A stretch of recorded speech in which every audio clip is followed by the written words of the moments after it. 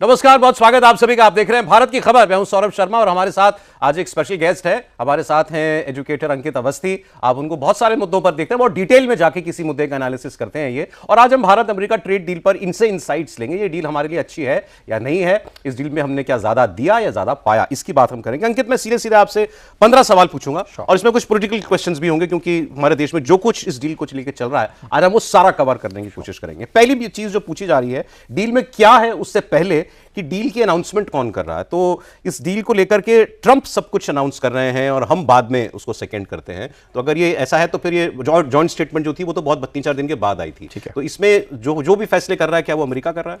और इसको एक लाइन में अगर मैं कहूं तो ट्रंप ने 25% टैरिफ हटाया 6 तारीख के दिन। 2 तारीख को अनाउंसमेंट आया। तो पहले हमें ना इस बात को समझना होगा कि हमारे ऊपर 25% प्यूनिटिव टैरिफ लगा था, दंडात्मक। दंड किसने दिया था? अमेरिका ने। क्या भारतीय ये सुन पाते हैं? हमारे ऊपर प्रतिबंध था कि आप रूस से तेल नहीं खरीदेंगे, खरीद रहे थे हम पर पनिशमेंट था। तो हटाएगा वो या हम? तो अनाउंसमेंट वो करेगा या हम? ठीक है, बहुत ही लॉजिकल सी बात है। 25% तुमने लगाया तो तुम हटाए तो तुम ही अनाउंसमेंट करोगे ना। तो पहली बात रही। दूसरी बात, क्या डील हो गई? आंसर है नहीं, अभी उसकी घोषणा हुई है। डील तो एग्री होगी सर 15 तारीख। अब मार्च तक पहुंचिए, आप मिड मार्च तक पहुंचिए। अभी केवल इंफॉर्मेशन बाहर आई है कि हम लोग इस बात पर पहुंच गए हैं कि जो बचा हुआ 25%, देखिए 2 हिस्से हैं, 25 + 25। 25 दंडात्मक, रूस से तेल खरीदने का पनिशमेंट, वो कब हटा? 7 तारीख सुबह 1 बजे, समझिए, मतलब रात 12 बजे। ठीक है, बाकी बचा जो 25% है, जिसको 18% किया जाएगा, अभी हुआ नहीं, मार्च में होगा। ये जब जानकारी पहले ही वो व्यक्ति दे गया, क्योंकि उसको छपास की बीमारी, सोशल मीडिया क्रिएटर है वो, और उसको चाहिए कि मेरे को सारी आईबॉल्स चाहिए। इंडिया की संसद में भाषण चल रहे हैं, अगर मैंने अब बम फोड़ दिया तो फिर पूरा अटेंशन ले जाऊंगा। दूसरा सवाल कि हम पर 50% का टैरिफ तो बाद में लगा ना, उससे पहले तो हम 2-3-4% पर अपना सामान भेज देते थे और हमारा अच्छा ट्रेड सरप्लस अमेरिका के साथ था। अब वो 2-3% से अब 18% हो गया, तो हम खुशी मना रहे हैं। तो ऑपोजिशन पूछ रहा है कि भाई ये खुशी होने की बात है या इस पर आप लोगों को विचार करना चाहिए? बहुत बढ़िया, अब आप शुरू से चलते हैं। ट्रंप ने रेसिप्रोकल टैरिफ का अनाउंसमेंट किया था पिछले साल लगभग फरवरी 2025 में। केवल भारत पर नहीं, वर्ल्ड के जितने भी देश हैं, ऐसे भी आइलैंड्स जिस पर पेंगुइन्स रहते हैं, वहां तक भी उन भाई साहब ने रेसिप्रोकल टैरिफ लगा दिया। अब जब रेसिप्रोकल टैरिफ यानी कि आप मुझ पर इतना लगाते हो तो मैं आप पर इतना लगाऊंगा, इस बहाने उसने कहा कि भारत मुझ पर 52% लगाता है तो इंडिया पर मैं 26% लगाऊंगा। जब आपने पूरी दुनिया पर रेसिप्रोकल टैरिफ बांटे तो आपने सबको कंपिटिटिव एडवांटेज बराबर सा दे दिया ना सर। बेस सबका ऊपर, बेस बराबर कर दिया ना सर। आज आप कहते हैं कि महंगाई को हम कहां से नापेंगे, जीडीपी को हम कहां से नापेंगे? आप कह रहे हो सर 2011 से नापेंगे। अचानक सरकार कहती है 2021 से नापेंगे, लेकिन सबके लिए यही पैरामीटर चलेगा। आपने बेस ऊपर कर दिया ना सर। आज जब आप 18% बोलकर खुश हो रहे हो, तो दुखी कब होना चाहिए था? जब 3% से 18% आप ही के साथ हुआ होता। वर्ल्ड में कंपिटिटिव मार्केट जो भी उसको माल पहुंचा रहे हैं, चाइना 35% से ऊपर दे रहा है, हमारे बगल में बैठा बांग्लादेश 20% दे रहा है, पाकिस्तान 19% दे रहा है, आसियान कंट्रीज हमसे ज्यादा दे रही है। इकलौता एशिया में शायद जापान है जो हमसे कम टैरिफ दे रहा है, दैट इज 15%, और वो प्रोड्यूस नहीं बेचता अमेरिका को जो भारत बनाता है। हमारा कंपटीशन नहीं है, हमारा कंपटीशन नहीं है। जिनसे भी हमारा कंपटीशन है उनसे हम सस्ते हैं। एग्जैक्टली। ठीक है, तो ये खुश होने की बात है। ये खुश होने की बात है सर। अच्छा, अगला सवाल है किसानों के हित। अब देश में ऑपोजिशन कह रहा है कि साहब हम किसान आंदोलन, जैसे कृषि कानूनों को लेकर के किया था, ऐसा किसान आंदोलन हम फिर से खड़ा करेंगे, क्योंकि एग्रीकल्चर सेक्टर को सरकार ने इसके अंदर प्रोटेक्ट नहीं किया। क्या यह आरोप ठीक है? नहीं सर, ये मैं इस पर बचाव तो इसलिए नहीं करूंगा क्योंकि इसमें क्लैरिटी आना बाकी है। लेकिन जितनी क्लैरिटी आ गई है उससे मैं एक बात बहुत अच्छे से कह सकता हूं। जिन चीजों से किसान बहुत ज्यादा प्रभावित होता है, जिसके लिए वो बार बार हम पर प्रेशर कर रहा था, that is GM crop, genetically modified फसलें। जैसे भारत के अंदर बीटी कॉटन का नाम आपने सुना हो, जो कि जेनेटिकली मॉडिफाइड कॉटन है। वैसे ही ट्रंप चाहते थे कि वो भारत के अंदर जेनेटिकली मॉडिफाइड मेज, मक्का भेजेंगे, गेहूं भेजेंगे। वो सारी फसलें जो अमेरिका अपने पशुओं के लिए पैदा कर रहा है, वो भारत के लाइव स्टॉक के लिए एक्सपोर्ट की जाएंगी, जेनेटिकली मॉडिफाइड। हमारे लिए दिक्कत यह था कि हमारे किसान भी तो वही भेज रहे हैं, बना रहे हैं। तुम सस्ता बना ले रहे हो, क्योंकि वहां पर फार्मिंग मास फार्मिंग होती है, सस्ते में प्रोड्यूस करके वो डंप कर सकता था। हमें उस डंपिंग से बचना था, अपने किसानों के हित रोकने के लिए।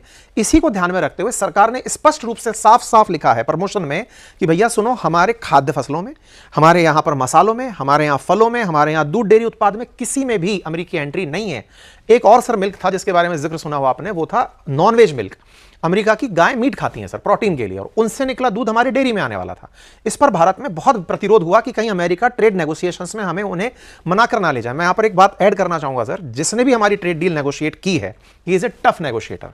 अगर सर हमारे वाणिज्य मंत्री ने की है तो he is a tough negotiator. उन्होंने हर उस बात को कि ये हमारे सेंटीमेंट हैं, हम इससे आगे नहीं जा सकते, आपको लगाना है 50%, खेल लो भाई, रेड लाइन बरकरार, रेड लाइन बरकरार, हम इस पे नहीं जाएंगे। पीयूष गोयल को तो दुनिया ने कहा ही toughest negotiator of the world. बिल्कुल हो रहा है सर। और मैं इसमें एक लाइन और ऐड कर दूं सर, अब जो बात छुपी रह जा रही है, जिस पर बात आ रही है कि एग्रीकल्चर को लेकर कुछ ऐसी चीजें हैं जिस पर अमेरिका खुश हो रहा है। अमेरिका किन चीजों पे खुश हो रहा है? तो सर मुझे जो लगता है, क्योंकि अभी इसमें स्पष्टीकरण बाकी है, सर भारत ने ना बायोफ्यूल पॉलिसी अपनाई है जिसमें कि पेट्रोल में ब्लेंडिंग है 20% इथेनॉल की। वो जो 20% इथेनॉल है ना, वो हाल ही में हमारे देश के अंदर हमारी रिफाइनरीज बनाना शुरू कर रही थी, गेहूं से, चारे से, जो भी ऐसे कार्बोहाइड्रेट जिनसे अल्कोहल बन सकता है, स्पिरिट के रूप में समझें आप आसान। हम स्पिरिट इंपोर्ट करने वाले हैं उनसे। स्पिरिट इंपोर्ट अगर हम उनसे करते हैं तो वो स्पिरिट हमारे पेट्रोल के अंदर ब्लेंड होकर के बेची जा सकती है। तो 20% आप जब E20 लेकर आ चुके हैं तो कहीं ऐसा तो नहीं कि किसान जो खुद बेच करके अपनी फसलों से इथेनॉल बनने के लिए रिफाइनरी में मोल भाव कर सकता था, उसका कहीं वहां कंपटीटिव एडवांटेज तो खत्म, लेकिन इसको लेकर क्लैरिटी नहीं है। तो अभी इसको आना बाकी है। उसने और चीजें कही हैं जिसमें जैसे वो सेब हमारे यहाँ भेजेगा, उसमें उन्होंने कहा ट्री नट्स भेजेंगे, मक्के को लेकर के कुछ बात चल रही थी। सर जिन भी चीजों को आप वर्ल्ड से इंपोर्ट करते हैं, आप अगर उसमें एज एन ऑप्शन अगर अमेरिका को रखते हैं तो इसमें बुराई नहीं होनी चाहिए।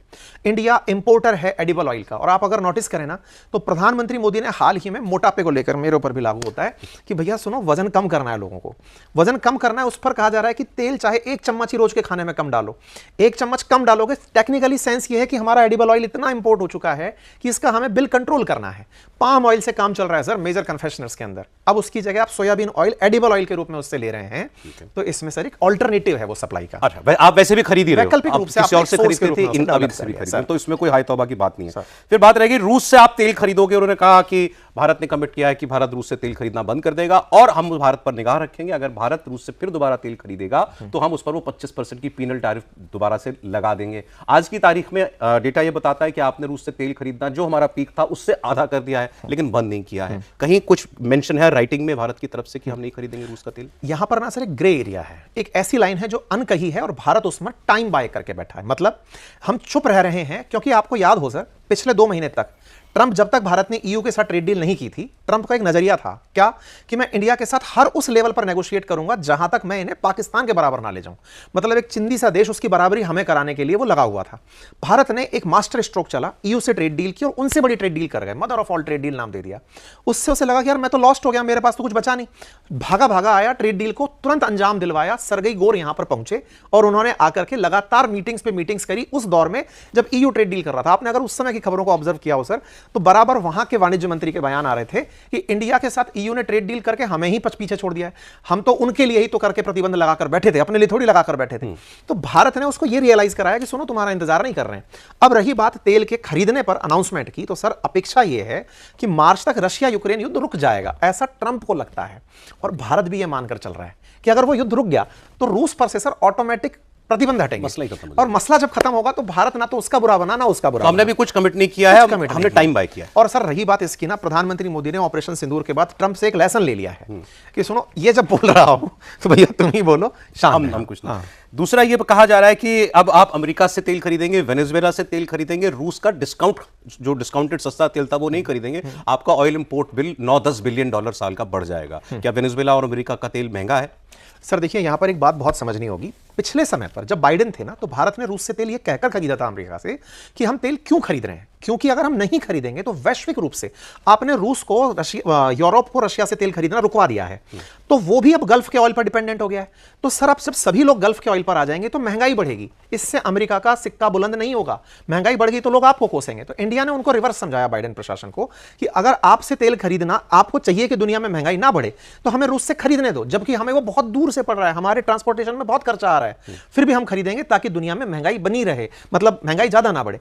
अब जब आप वेनेजुएला की बात करते हैं सर, अमेरिका को यह समझ में आया, ट्रंप को यह समझ में आया कि इंडिया के साथ तेल खरीदवाना तब तक बंद नहीं किया जा सकता जब तक अल्टरनेटिव उसको ना दे दें। तो इन्होंने अल्टरनेट परोसा हमारे सामने, वेनेजुएला। और वेनेजुएला में अब अमेरिकी कंपनियां आ रही हैं। मैं आपके मतलब दर्शकों को एक लाइन ऐड करना चाहूंगा। वेनेजुएला में जैसे ही मादुरो की सरकार हटी, इंडियन के ऑयल स्टॉक्स की जो प्राइसेस, कीमतें थी सर, वो बढ़ी हैं। क्यों बढ़ी हैं? क्योंकि हमारे ओएनजीसी जो कंपनी, ओएनजीसी के पास सर एचपी है, मतलब हमारे दर्शक जाने इस बात को, हिंदुस्तान पेट्रोलियम जो पेट्रोल भराते हैं वो ओएनजीसी का प्रोडक्ट है। तेल निकालने की जो कंपनी है ओएनजीसी, वो ओएनजीसी विदेश नाम की अपनी एक शाखा से वेनेजुएला में इन्वेस्टमेंट करके बैठी हुई है, उसका पैसा अटका पड़ा है। अब जैसे ही ये सुनने में आया कि अब अमेरिकी कंपनी वहां पहुंचेंगी, प्रोडक्शन बढ़ाएंगी और हम ही इंपोर्टर बन जाएंगे, ये ऐसे समझो सर, अडानी ने कोयला बेचने के लिए भारत में ही जाकर ऑस्ट्रेलिया में माइंस परचेज कर ली, बेच वो भारत को ही रहा है, अल्टीमेटली पैसा घूम के इंडिया आ गया। ओएनजीसी विदेश भी वहां जाकर पहले ही पैसा लगाकर बैठी है सर, एक्सपोर्ट बढ़ाएगी वहां बैठकर इंडिया के लिए, तो हमारे लिए सर प्लस है। अब हमारे पास ऑल्टरनेटिव है, रशिया का ऑल्टरनेटिव है, तो हम तेल खरीदें। वेनेजुएला से तेल खरीदने में नुकसान नहीं है। कोई नुकसान नहीं है। और ठीक है, आगे आपने $500 बिलियन का सामान आयात करने की प्रतिबद्धता अमेरिका के सामने जता दी है। वो $500 बिलियन का सामान 5 सालों के अंदर आपको खरीदना है। क्या इसका हमारा उनके साथ जो ट्रेड सरप्लस है उस पर असर पड़ेगा? आंसर ट्रेड सरप्लस पर दूं तो आंसर है नहीं पड़ेगा। अब मैं थोड़ा सा इसमें एलोब्रेशन में जाऊंगा। $500 बिलियन, आप ही ने बोला 5 साल, ट्रंप का कार्यकाल बचा 2.5 साल, 2.5 साल 2 साल के अंदर अंदर वो इलेक्शन कैंपेन में जाएगा। सर उसे नंबर्स दिखाने की आदत है। जैसे उसने जापान से दिखाया कि मैं $1 ट्रिलियन का इन्वेस्टमेंट ले आया हूं, कतर से इतना ही ले आया हूं, सऊदी से ले आया हूं, तो भारत से क्या लेकर आया? पहले तो उसने वो बोस्ट कर दिया कि देखो मैं $500 बिलियन 5 साल में ले आया, नंबर 1। नंबर दूसरा, भारत के सरप्लस पर फर्क पड़ेगा क्या? सर सिंपल सी बात है, जब आपके साथ में कॉम्पिटिटिव्स जो बैठे हुए हैं, आज हम बांग्लादेश से सस्ता कपड़ा, 2 तरह की चीजें होती हैं सर, टेक्सटाइल और अपैरल, बिना सिला कपड़ा टेक्सटाइल और जो सिल गया वो अपैरल, इन दोनों में हमारा बड़ा सर कंपटीटर था बांग्लादेश। हमने ईयू से ट्रेड डील करके उसको वहां काउंटर किया और हमने, इनको मिलता है 20% टैरिफ, हमको मिला 18% टैरिफ, हम इनको वहां भी काउंटर कर गए। अब जब आप काउंटर कर गए तो आप अपना प्रोडक्ट ज्यादा बेचने लगेंगे। सर जब कंपिटिटिवली आपका प्रोडक्ट जितना बांग्लादेश का पड़ रहा है, आपका उससे सस्ता पड़ रहा है, तो आपका माल बढ़ेगा ना सर, एक्सपोर्ट बढ़ेगा, एक्सपोर्ट बढ़ेगा, और एक्सपोर्ट बढ़ेगा तो आप सर फायदे में रहेंगे, सरप्लस बढ़ेगा। अच्छा ठीक है, फिर आगे कि मेक इन इंडिया का क्या होगा? ऐसा तो नहीं कि हम अमेरिका जैसे चीन के साथ हुआ, वो फैक्ट है कि आप बहुत इसका ट्रेड प्लस सरप्लस चीन की ओर झुका हुआ है बहुत ज्यादा। आप अमेरिकी सामान का डंपिंग ग्राउंड ना बन जाए। सर मैं चाइना के पॉइंट पे भी एक लाइन ऐड करना चाहूंगा। हमारे दर्शकों को एक बात पता हो कि विश्व के अंदर जेनेरिक दवाओं का मेजर सप्लायर इंडिया है ना? जेनेरिक सप्लायर मतलब वो दवाइयां जो ब्रांडेड कंपनी फॉर्मूला लेके आती हैं, हम उनको यहां पर बनाते हैं, सस्ती दवाओं को बना के बेचते हैं। लेकिन ऐड करिएगा सर, दवा बनने के लिए एक पार्टिकल इन्वॉल्व होता है जिसका नाम है एक्टिव फार्मास्यूटिकल इंग्रेडिएंट, एपीआई कहते हैं आप उसे। आप चाइना से जो बिल ज्यादा चिल्लाते हैं ना अपन लोग कि चाइना से हमारा ट्रेड माइनस में है, सर आप एपीआई मेजर वहां से मंगाते हैं, वहां से बनाकर उसे रिफर्बिश करके आप दवाई बनाकर जेनेरिक अमेरिका में बेच देते हैं। तो भारत कच्चा माल वहां से मंगाकर जेनेरिक दवाइयों की ब्रांडिंग करके यहां से आगे बेच दे रहा है। दूसरा चलते हैं सर, चाइना से आप सस्ता, मैं चाइना को उदाहरण इसलिए ले रहा हूं ताकि आप अमेरिका से उसमें रिलेट करेंगे। चाइना से आप सस्ता इलेक्ट्रॉनिक्स मंगाते हैं, इंडिया में इलेक्ट्रॉनिक्स के नाम पर आज सर इतनी सारी क्रांतियां जो आकर खड़ी हो गई। आज तमाम प्रकार के ऑनलाइन, चाहे सर आप तमाम प्रकार के ओटीटी प्लेटफॉर्म्स देख लें, एडटेक प्लेटफॉर्म्स देख लें, जितनी भी क्रांति आप फिलहाल के समय में आप देख रहे हैं, नए नए जो यूनिकॉर्न बन के आ रहे हैं, वो कहीं ना कहीं सॉफ्टवेयर रिडन है। और उन सब के लिए आपने इंपोर्ट वहां से करके अपनी तो इकोनॉमी को बड़ा बनाया ना सर। अब अमेरिका के साथ में जब आप सामान खरीद रहे हैं, आप कह रहे हैं $500 बिलियन का इंपोर्ट होगा अगले 5 साल। तो हम केवल क्या रॉ मटेरियल इंपोर्ट करते हैं चाइना से, गुड्स नहीं करते सर? हम वो खुद बनाते हैं, उसके लिए तो पीएलआई स्कीम सरकार ला चुकी है, प्रोडक्शन लिंक इंसेंटिव स्कीम। जब भारत को यह समझ में आया गलवान के बाद में कि चाइना हमें फिनिश गुड भी बेचता है, तो हम इसको रोकते हैं, और इसके लिए हमने अपने ही यहां की बहुत सी उत्पादकताओं में इंसेंटिव स्कीम चलाई और फोन के एक्सपोर्टर बना। हम अपने एक्सपोर्ट के लिए चाइना से इंपोर्ट करते हैं, और अमेरिका के केस में भी ऐड कर दूं, और ये बात बुरी, और इसमें कोई खराबी नहीं है। कोई खराबी नहीं सर, आप समझिए ना, या तो खुद बनाइए उसे, बनाने के लिए आप निकल चुके हैं, मेक इन इंडिया आप इनिशिएटिव ले चुके हैं। अब बात आती है कि अमेरिका से आप सामान ले रहे हो वाले $500 बिलियन का, आप तो घाटे में चल जाओ।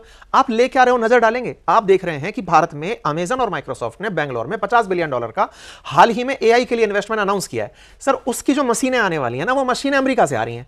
तो भाई आप एआई के लिए जो आपके पास देश के अंदर अभी चैलेंज है कि आपको खड़ा होना है बराबर।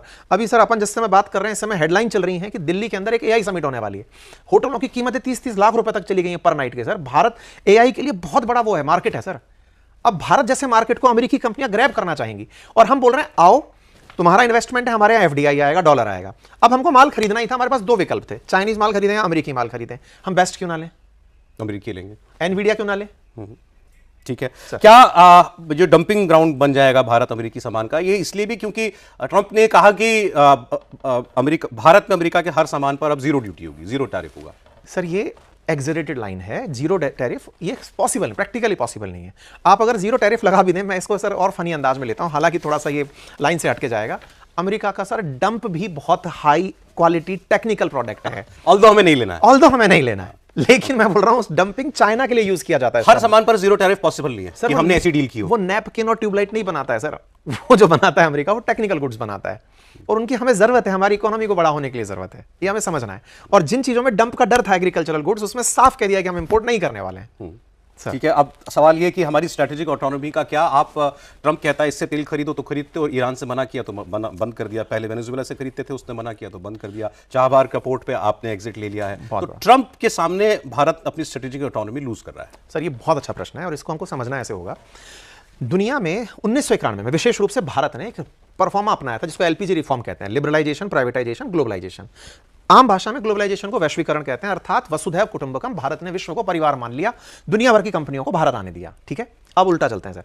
ट्रंप बोलता है कि विश्व से ग्लोबलाइजेशन होना ही नहीं चाहिए, डीग्लोबलाइजेशन होना चाहिए, एक ही किंग, दैट इज अमेरिका, उसकी हेजीमोनी। सर मुझे ये बताओ, आज अमेरिका के प्रभाव ने, भारत ने चाहे चाबहार रोका हो, चाहे रशिया रोकने की सोच रहा हो, चाहे जो कर रहा हो, मैं रिवर्स चल रहा हूं सर, अमेरिका के सामने बोल कौन रहा है? हम लोग ये एक्सेप्ट कब करेंगे कि अमेरिका के सामने बोल कोई नहीं रहा है? सर फ्रांस को, यूरोप को पूरे को इकट्ठा करके ग्रीनलैंड के नाम पर ग्रिल किया उस आदमी ने।